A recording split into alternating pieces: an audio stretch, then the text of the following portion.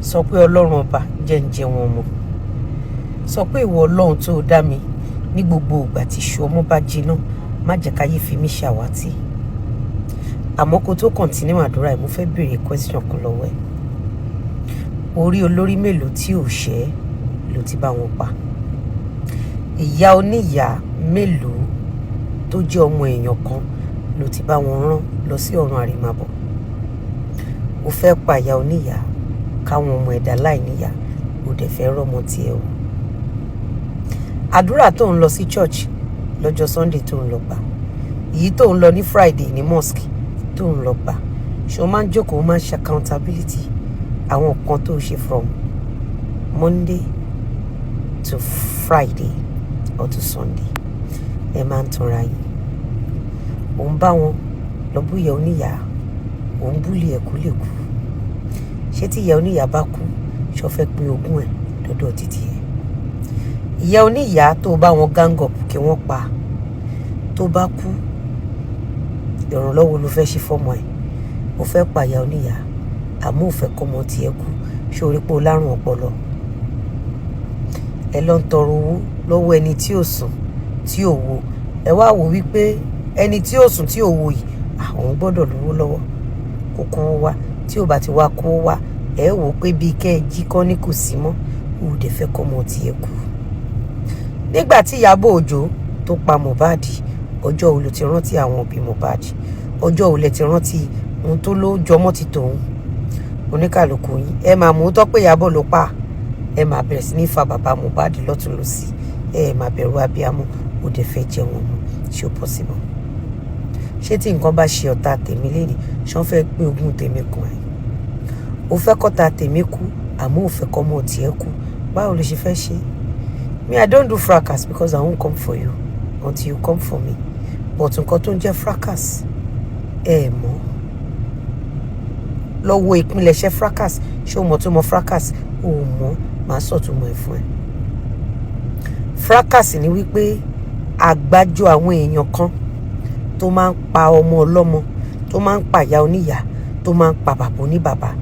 Gẹ́rẹ́ tán bá ti pa ẹni yẹn tán, wọ́n á tún kóra wọn jọ pọ̀, wọ́n á tún push narrative.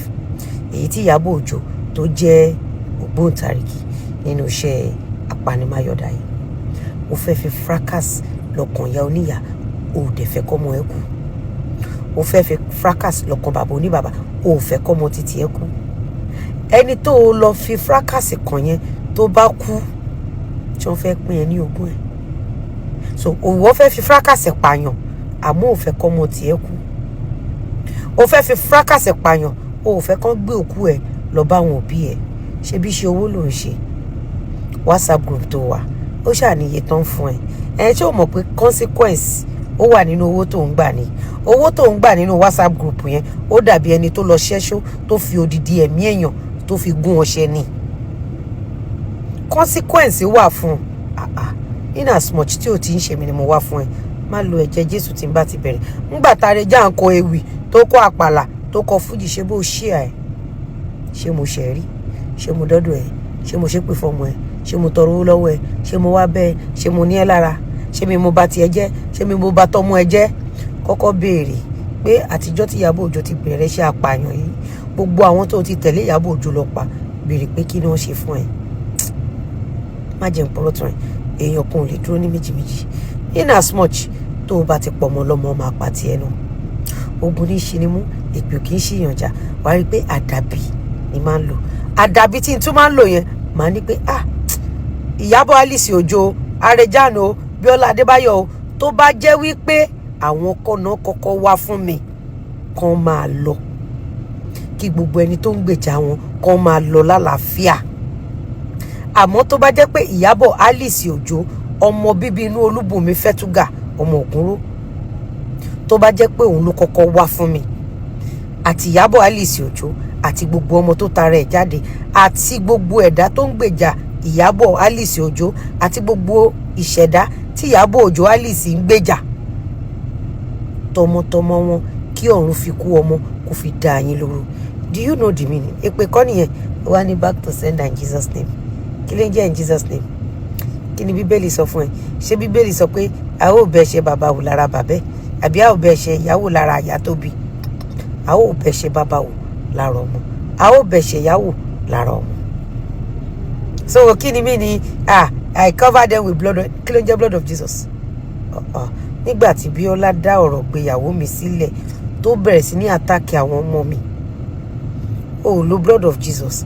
Ó rí nǹkan tí Bíọ́lá ṣe, bí mo pín ní fídíò yẹn, ó rí ohun tí Bíọ́lá ń ṣe fún Florida ni tóun àti Ìyábọ̀ Òjó jọ fi ń polówó. Kọ́ ló ń wá wọ ọlá ohun tí Bíọ́lá Adébáyọ̀ tó ṣe yẹn fún àwọn ọmọ tèmi, kí Ọlọ́run jẹ́ kí Bíọ́lá Adébáyọ̀ kó bá wọn kúkú rèwerèwe, kó fọjọ́ ọlọ́jọ́ kú, kó má rọmọ buyẹ̀pẹ̀ sí lójú. Kí Ọlọ́run wọ ọlá ohun tí Ìyábọ̀ Òjó ṣe fún àwọn ọmọ mi, kí ọ̀run jẹ́ kí Ìyábọ̀ Òjó kó mọ sàárè Priscilla, kó mọ ti Festus, kó mọ ti Rakim kú òjijì. Kí Ọlọ́run bá mi fi kú ọmọ, kó bá mi fi dá ẹ̀mí Ìyábọ̀ Òjó náà légbodò. Ṣé bó rí pé jẹ́jẹ́ ni mo jókòó? Ohun táre já ń ṣe fún mi, ṣé o pray kan ṣe fọ́mọ ẹ̀? Ṣé o pray kan ṣe fún Ìdúmọ̀tà ṣẹlẹ̀? Àmàrà rí já gbogbo ohun tẹ́ ẹ ti fi kàn mí, àmàrẹ́ tó jọ Arẹjá. Ṣé Wúlé Mọ́tù Àbẹ̀jẹ́ ìyá Arẹjá tó jẹ́ pé ìkọ̀kan nínú àwọn ọmọ ìọ̀la Arẹjá yẹn ló fẹ́ ṣàdúrà fún? Ṣé wọ́n mọ ogun tó ja Wúlé Mọ́tù kí Arẹjá tó da lákìsà? Ṣé bí ẹ̀yìn Arẹjá ni gbogbo èmi làwọn Ọdúnládé àwọn ìtẹ̀lẹ̀? Ṣé bẹ́ẹ̀ yẹn Arẹjá náà ti dé orí kárẹjá ń bá wọn jẹ́ èèyàn láyé? Ṣé orí kéku ké bí eku fún, orí kẹyẹ ké bí ẹyẹ? So irú yẹn náà wá ń ṣe dá padà fún ló wá ní blood of Jesus. Nígbà tó ń kọrin ṣe bẹ́ẹ̀ jọ ń jo ni, ṣebí wọn náà bá wọn ṣe àbẹ̀ àbó bá wọn ṣe ẹ̀ ìkún ẹyọ kan ni ò tí ì yé èmi nínú gbogbo orí burúkú tẹ̀ ń ṣe pátápátá. Ohun tí ò yé mi ni pé kí ló fẹ́ rí gbà inú kí ìyá oníyà kú káwọn ọmọ ẹ̀dá láì níyà? Kí ni wọ́n fẹ́ rí gbà nínú kí bàbá oníbàbá kú? Kí ló fẹ́ rí gbà nínú kọ́mọ ọlọ́mọ kú?